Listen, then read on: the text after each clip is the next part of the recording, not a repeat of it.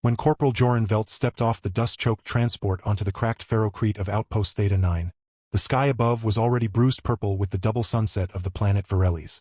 The air tasted like burnt copper and dry spice, and the wind carried whispers of old battles through the rusted husks of downed warships that dotted the horizon like tombstones. He'd expected gunfire, drills, maybe a patrol through hostile sandstorms, but not this. Not an assignment so bizarre it made his stomach drop faster than a gravity bomb. Standing in the command briefing tent, flanked by weary human officers and towering alien officers with eyes like polished obsidian, Joran was handed a sealed data slate with his first duty noted in crisp, blinking script. Private liaison duty with General Sylvie Areneth. Daily. Minimum 2 hours. Begin immediately. Joran blinked. Private liaison? He asked, voice cracking slightly. The human commander, a grizzled veteran with a cybernetic eye that glowed faintly red, clapped him on the shoulder. You're the only one who speaks fluent Varethian without sounding like you're gargling rocks, he said, deadpan. And she won't talk to anyone else. Not since the Battle of the Crimson Dunes. Just go. Smile. Don't touch anything purple unless invited. General Sylvie Areneth was waiting for him in the eastern spire of the outpost. A slender, angular structure carved from black stone that hummed with residual energy. She stood by a panoramic window, back turned, her white hair cascading like moonlight over the gleaming plates of her golden armor. Her skin was the deep violet of twilight clouds before a storm, and even from behind, Joran could sense the coiled intensity in her posture. She didn't turn when he entered, but the door sealed shut behind him with a soft hiss, and the air grew thick with something unspoken. You're late by 3.7 seconds, she said, her voice low and melodic, yet edged with steel. Human inefficiency? Or did you stop to admire the wreckage again? I was verifying protocol, Joran stammered, instinctively standing at attention. I wasn't told what liaison duty entailed. Sylvie turned then, and Joran nearly forgot how to breathe. Her eyes were silver, luminous, framed by faint bioluminescent markings that pulsed gently with her emotions. She studied him like he was a puzzle she hadn't yet decided to solve. Protocol. She gave a dry laugh that sounded like wind chimes in a graveyard. There is no protocol. There hasn't been since the Accord collapsed and your people dropped fire from orbit on our nursery sanctuaries. But here we are. 2 species who once butchered each other now sharing rations and airspace. And you're my babysitter. Joran's face flushed. I wasn't involved in the orbital strikes, General. I was stationed on Luna. Of course you weren't, she said, stepping closer. You're barely old enough to shave without cutting yourself. She circled him slowly, her armored boots silent on the floor. Yet they sent you. Why? Because I speak your language, he said, more confidently this time. And maybe, because I don't hate you. Sylvie stopped. For a long moment, she just stared at him, her expression unreadable. Then, unexpectedly, she gestured toward a low table where 2 steaming mugs Saturday sit. She ordered. Drink. This Kethra root tea. Won't kill you. Probably. Over the next few days, Joran returned to the spire every afternoon. At first, their meetings were stiff, filled with awkward silences and clipped exchanges. Sylvie would quiz him on Earth customs, why humans buried their dead instead of returning them to the sky winds, why they celebrated anniversaries of battles instead of mourning them. Joran, in turn, asked about Varethian traditions, how they wove star charts into wedding veils, how their children were taught to sing to dormant volcanoes to calm their rage. Slowly, the ice between them began to thaw. One afternoon, as sandstorms raged outside and the outpost lights flickered, Sylvie removed her armor for the first time in front of him. Beneath it, her body bore the scars of a dozen campaigns, jagged lines across her ribs, a deep burn along her shoulder that matched the insignia of the human 7th Fleet. Joran didn't flinch. Instead, he told her about the scar on his own leg, from a training accident with a faulty hoverbike at 16. She listened, then to his astonishment, laughed. It was a real laugh, warm and unguarded, and it filled the room like sunlight breaking through ash. You're strange, Joran Velt, she said, wrapping her fingers around her mug. You ask questions like you genuinely want answers, not like you're gathering intelligence or trying to impress. I just want to understand, he said simply. If we're going to share this outpost, this planet, we should know each other, not just as soldier and general, but as people. Sylvie looked away, her white hair catching the dim light. My people believe understanding is the first step toward betrayal, she murmured. To know someone is to find their weakness. Or their strength, Joran countered gently. She didn't answer, but that night, she invited him to stay past his 2 hours.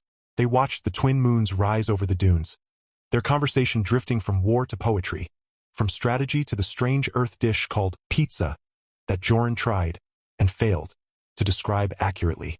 By the end of the week, Sylvie began meeting him at the door, armor already half removed, a small smile playing on her lips. But peace on Varelli's was fragile. On the 12th day, alarms blared through the outpost. Red lights pulsed in the corridors. Joran sprinted to the command center to find chaos. Screens flashing with enemy signatures, voices shouting in 3 languages. A splinter faction of Varethian warlords, furious that their queen had signed a ceasefire with humanity, had launched a surprise assault on the western perimeter. Explosions lit up the desert, shaking the ground beneath their feet. Sylvie was already suited up, her expression grim. They're targeting the spire, she said, strapping on her plasma gauntlet. They think I've gone soft, that I've betrayed our blood for human whispers. Joran grabbed his rifle. Then let's show them you haven't. She looked at him, surprised. You don't have to fight with me. I'm your liaison, he said, checking his ammo. That means I stick with you, even into hell. What followed was a blur of fire and steel. Together, they raced through the crumbling corridors, defending choke points, coordinating human and Varethian squads through a shared comms channel Joran jury-rigged on the fly. Sylvie fought like a storm given form, graceful, devastating, her golden armor flashing in the muzzle fire. Joran covered her back, his earthborn instincts syncing with her alien rhythm. At one point, a warlord leapt from the shadows, blade aimed at Sylvie's throat, but Joran tackled him, taking a gash across his arm that burned like acid. Sylvie finished the attacker with a single, precise strike to the heart, then turned and pressed a glowing salve to Joran's wound without a word. Later, holed up in a supply bunker as artillery thundered overhead, Sylvie finally spoke. Why did you do that? She asked, her voice raw. You could have stayed behind. Safe. Because you're not just my assignment, he said, wincing as he flexed his bandaged arm. You're my friend. The word hung in the air like a prayer. Sylvie's silver eyes shimmered. We don't have friends in my culture, she said softly. Only allies or mates. Joran's heart hammered. And which am I? She didn't answer immediately. Instead, she reached out and touched the side of his face, her fingers cool, her touch electric. You are unprecedented, she whispered. The siege lasted 3 days. By the end, the warlords were routed, their leaders captured or dead. The outpost stood, scarred but unbroken. In the quiet that followed, Sylvie summoned Joran once more, not to the spire, but to the central chamber of the Varethian command wing, where the walls glowed with ancient glyphs and the air smelled of ozone and incense. There, before a gathering of her highest commanders and human liaisons, Sylvie made an announcement that stunned them all. By the blood oath of the twin moons, she declared, her voice ringing with authority, I, General Sylvie Araneth of the 7th Star Legion, name Corporal Joran Velt as my Kethvan, my bonded companion. Not by conquest but by choice. Not by duty, but by heart. Gasps echoed through the chamber. One of her lieutenants stepped forward, eyes blazing. General, this is unheard of. A human? Our laws were written for a time of war. Sylvie interrupted, turning to face them all. This is a time of something new, and if any of you doubt my judgment, challenge me in the ring of embers. I'll bleed for my choice if I must. No one moved. Joran stood frozen, his mind reeling. Bonded companion? Was that a marriage? Alliance? Something else entirely? But when Sylvie turned to him, her expression softer than he'd ever seen it. He knew he didn't need to understand every word. He only needed to understand her. That evening, as they walked the perimeter together. No armor, no rifles, just 2 figures silhouetted against the violet dusk. Sylvie finally explained. Kethvan means shared sky, she said. It means we face the storms together, that our fates are woven into one thread. She paused, then added quietly, and yes, it is what your people would call marriage, though among my kind, it is rarer than peace. Joran stopped walking. But, your people? The court? They'll never accept a human. They already are, she said, a hint of pride in her voice. You fought beside us. You bled for us, and you never once asked for glory. She looked up at the stars emerging above them. Besides, I told them the truth, that I am lonely, that for centuries, I carried the weight of command alone, and that you make the silence bearable. Joran reached for her hand. She let him take it, her fingers interlacing with his despite the cultural taboos, the biological differences, the galaxy of mistrust between their species. I don't know much about Varethian marriage, he admitted, but I know I want to learn. With you. Sylvie smiled, really smiled, and for the first time, the bioluminescent markings on her face glowed a gentle blue, the color of trust, of hope. Then you'll stay? As long as you'll have me, he said. But their moment of peace was short-lived. A week later, a coded transmission arrived from deep space, one that lit up Sylvie's personal console with urgent red glyphs. Her face paled as she read it, her usual composure shattering. It's the High Matriarch, she said, her voice tight. She's summoning me to the Celestial Court on Varelli's Prime. Immediately. Why? Joran asked, alarm rising in his chest. Because, Sylvie said, turning to him with eyes full of dread and determination. Word of our bond has reached the throne, and the matriarch does not approve. She believes I've dishonored our bloodline. She took a deep breath. If I refuse the summons, I'll be declared rogue, my title stripped, my people disowned. And if you go? Joran asked. I may not return, she admitted. The court has methods. But if I don't go, the fragile peace we've built here dies with my defiance. She looked at him, her silver eyes searching his. Come with me. Joran didn't hesitate. Of course. You don't understand, she said, gripping his arms. It's not a request. The matriarch forbids humans from setting foot in the court. If they catch you, they'll execute you as a spy. Or worse. They'll dissect you to learn how you corrupted me.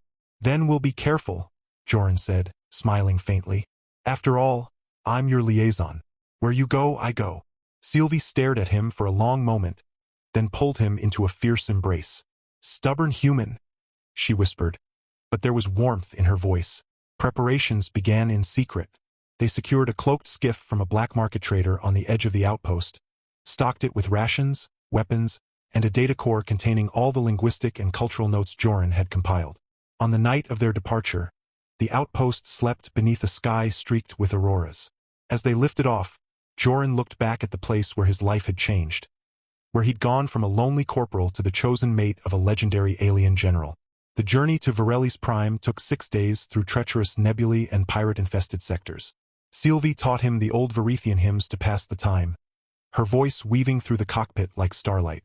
Joran, in turn, told her stories of Earth, of oceans and forests, of cities that touched the clouds, of holidays where people gave each other gifts just to say, I care. She listened with rapt attention, her markings pulsing with curiosity and wonder. When they finally emerged from warp near the capital world, the sight stole Joran's breath. Varelli's Prime hung in the void like a jewel, its surface a swirling tapestry of violet continents and silver oceans, ringed by orbital palaces that shimmered like frozen lightning. At its heart rose the celestial spire, a structure so tall it pierced the planet's upper atmosphere, glowing with the bioluminescent energy of 1,000 generations. We land in the lower docks, Sylvie said, her hands tight on the controls. Disguise yourself as a mute laborer. Speak only if absolutely necessary. And if anyone asks, you're my prisoner. I thought I was your mate, Joran teased, though his nerves were frayed. Sylvie shot him a look that was half exasperation, half affection. In the eyes of the court, you're a disease. In my eyes, you're my sky. She landed the skiff with practiced grace in a shadowed bay, far from prying eyes. For 2 days, they moved through the underbelly of the capital, through markets where alien spices hung thick in the air, through alleyways where dissident poets recited forbidden verses, through hidden sanctuaries where those who defied tradition found refuge. Joran kept his head down, his face covered, his silence convincing. But on the 3rd night, as they neared the base of the celestial spire, they were ambushed. 6 royal enforcers, clad in obsidian armor etched with crimson runes, surrounded them in a dead-end plaza. Their leader, a towering Varethian with cybernetic eyes and a voice like grinding stone, stepped forward. General Areneth, he intoned, you are under arrest for consorting with off-world vermin and violating the blood purity edicts. Sylvie stepped in front of Joran, her golden armor hidden beneath a plain cloak, but her posture radiating defiance. "I answer only to the matriarch," she said coldly. "The matriarch already knows," the enforcer replied, "and she has ordered your human pet exterminated on sight." Before anyone could move, Joran acted. Years of training kicked in. He yanked a smoke grenade from his belt and hurled it at the ground. As thick violet smoke billowed, he grabbed Sylvie's hand and bolted down a side passage, their pursuers shouting behind them. They ran through winding corridors, up stairwells that spiraled into darkness, until they reached a forgotten observation deck high above the city. Panting, Sylvie turned to him, her eyes wide with fear and admiration. "You didn't have to do that," she gasped. "I told you," Joran said, grinning despite everything. "Shared sky, right?" She kissed him then, sudden, fierce, and full of unspoken promises. When she pulled away, her markings glowed gold, the rarest color, the hue of devotion, of irreversible choice. "We're not going to the court," she said, decision hardening in her voice. "Not as prisoners, not as supplicants. We go as equals or we don't go at all." Joran nodded. "Then let's make an entrance they'll never forget." Together they devised a plan. Using Joran's knowledge of human infiltration tactics and Sylvie's understanding of Varethian security systems, they hacked into the Spire's ceremonial broadcast network. On the day of the trial, as the High Matriarch sat upon her throne of living crystal and the court gathered in judgment, the great screens that usually displayed star charts and battle reports instead showed Joran and Sylvie standing side by side on the observation deck, the twin sons of Varelles rising behind them. "I am General Sylvie Areneth." Her voice echoed through every hall, every chamber, every home on the planet. "And this is Joran Velt, my Kethvon, my chosen, my heart. You may call him human. I call him home." The broadcast ended with them clasping hands, their different skins glowing under the dawn light, their faces set with quiet courage. Chaos erupted in the court. Some called for violence. Others fell silent, moved by what they'd seen. And deep in the throne room, the ancient matriarch, her skin the color of dried blood, her hair long and white as snow, watched the recording 3 times. Then, to the shock of her advisors, she stood, raised her hand, and spoke a single word in the old tongue. "Vethkari, witness." The trial would proceed. But now it would be witnessed by all. As guards approached their hiding place, not with weapons drawn but with ceremonial staves, Joran squeezed Sylvie's hand. "Whatever happens," he said, "we face it together." She nodded, her silver eyes shining with a mixture of fear and fierce hope. "Together," she agreed, and as they stepped out to meet their fate, the first true alliance between human and Varethian began. Not in blood, but in courage. Not in conquest, but in love. The road ahead would be long, fraught with danger and doubt, but for the first time in centuries, the sky above Varelles Prime looked not like a battlefield, but like a beginning. The guards did not bind them. They did not drag them in chains through the echoing corridors of the spire as Sylvie had feared. Instead, they formed a silent honor guard, staves held not as weapons but as ceremonial poles, their polished surfaces reflecting the amber light that poured through the upper arches of the celestial spire. The crowd parted as Joran and Sylvie walked, Varethians of every rank and caste watching with eyes wide with disbelief, curiosity, or quiet admiration. Whispers rippled through the throng like waves across a silver sea. The human walks unshackled. The general holds his hand. The matriarch called for witness. At the heart of the spire, in the chamber of echoing truths, the high matriarch waited upon her throne. Unlike the ornate, towering seats of human monarchs, hers was low and simple. A single slab of living crystal grown from the planet's core, its surface shimmering with slow pulses of inner light. Her skin, ancient and deeply lined, held the color of dried blood, and her white hair, untouched by dye or ornament, flowed past her waist like a river of frost.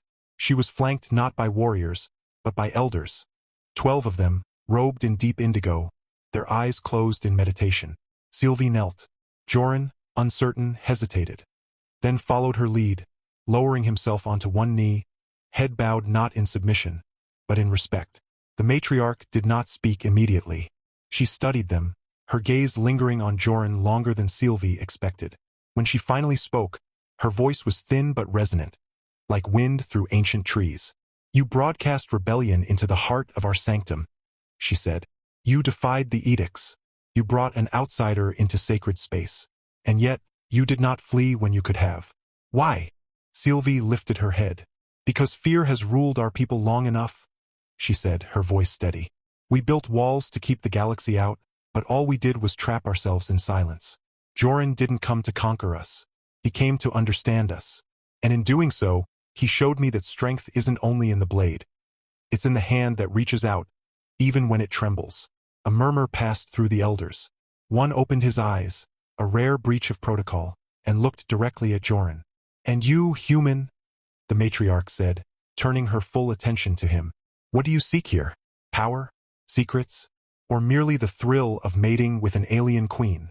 Joran met her gaze without flinching. I seek nothing but the right to stand beside her, he said simply. I don't want your throne, your tech, or your secrets. I just want to be with her, even if it means living in exile, even if it means dying here today. Silence fell thick and heavy. Then, to everyone's astonishment, the matriarch laughed. A dry, crackling sound that seemed to shake dust from the ceiling. He speaks like a fool, she said, but his heart beats without deceit. She leaned forward, her ancient eyes piercing.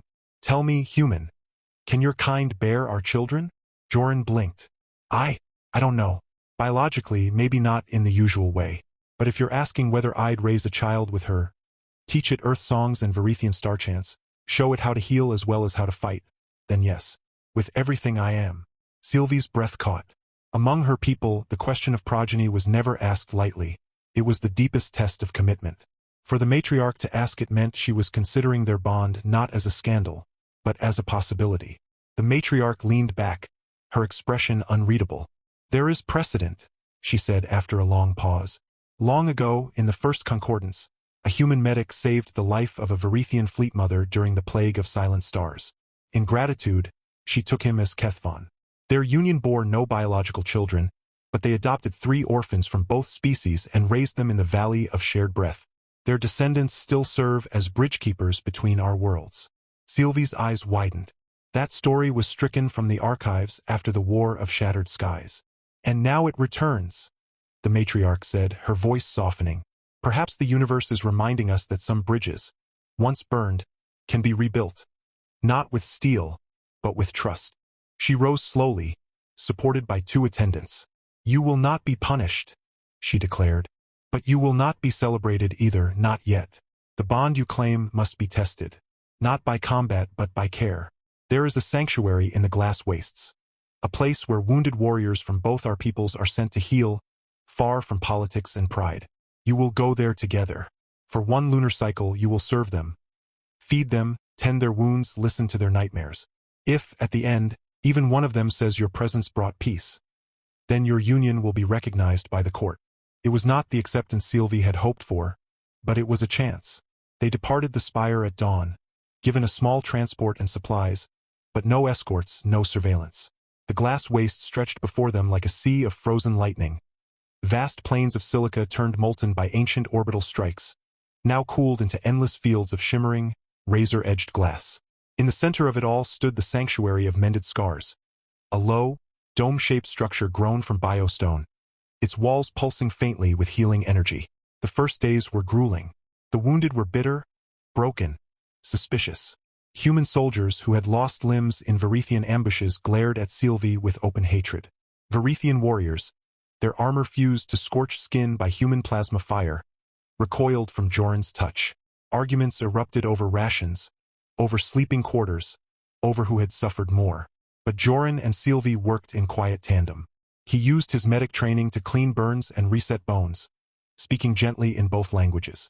She sang the old healing chants over fevered brows, her white hair glowing faintly as her bioluminescent markings pulsed with calming energy. Slowly, grudgingly, the hostility began to fade. One night, a young Varithian pilot, her left arm gone, her voice hoarse from screaming in her sleep, asked Joran why he helped them. You could have stayed at your outpost, she whispered. Safe. Joran looked at Sylvie, who was mending a tear in a human soldier's blanket nearby.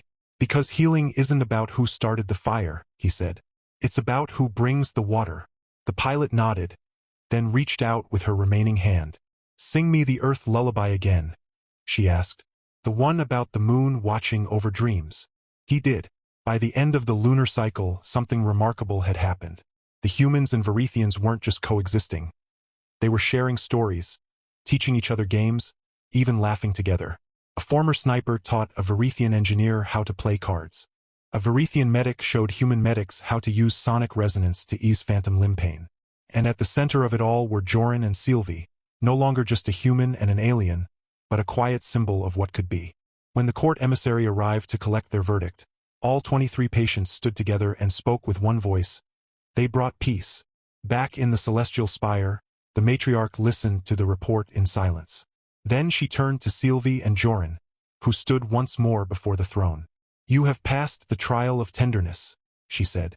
"Rarer than the trial of blood, and far more revealing." She raised her hand, and the elders stood in unison. "By the will of the witnessed path, I recognize the bond of Kethvon between General Sylvie Araneth and Corporal Joran Velt. May your sky be shared, your storms weathered, and your silence never again lonely." The court erupted, not in protest, but in applause. Not thunderous, but steady, growing like a tide. Even the enforcers who had once hunted them now bowed their heads in respect. But as Joran and Sylvie embraced, a new transmission crackled over Sylvie's wristcom. A Priority 1 alert from Outpost Theta 9. The human commander's voice was strained. "Joran, Sylvie, you need to come back. Now." The ceasefire's collapsing. A new factions emerged, calling themselves the Purifiers. They've got stolen quantum warheads.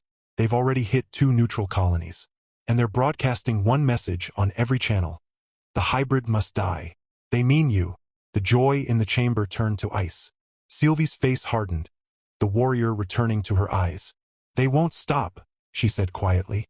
"Not while we exist as proof that peace is possible." Joran squeezed her hand. "Then we don't hide. We fight. Not with more war, but with more truth. We show the galaxy what we built, what we're building." The matriarch watched them, then spoke again, her voice carrying the weight of centuries. "The spire will stand with you, not as soldiers but as witnesses. Every broadcast, every ship, every word you speak. Our networks will carry it. Let them try to silence you. They will find they are shouting into a chorus." As they prepared to leave Varelli's prime, not as fugitives but as ambassadors of a new era, Joran looked out at the stars. Not as distant points of light, but as future homes, future bridges. Sylvie stood beside him, her golden armor reforged not for battle, but for ceremony, etched now with both human and Varethian symbols. Their story was far from over. The Purifiers were gathering. War threatened to swallow the fragile peace whole.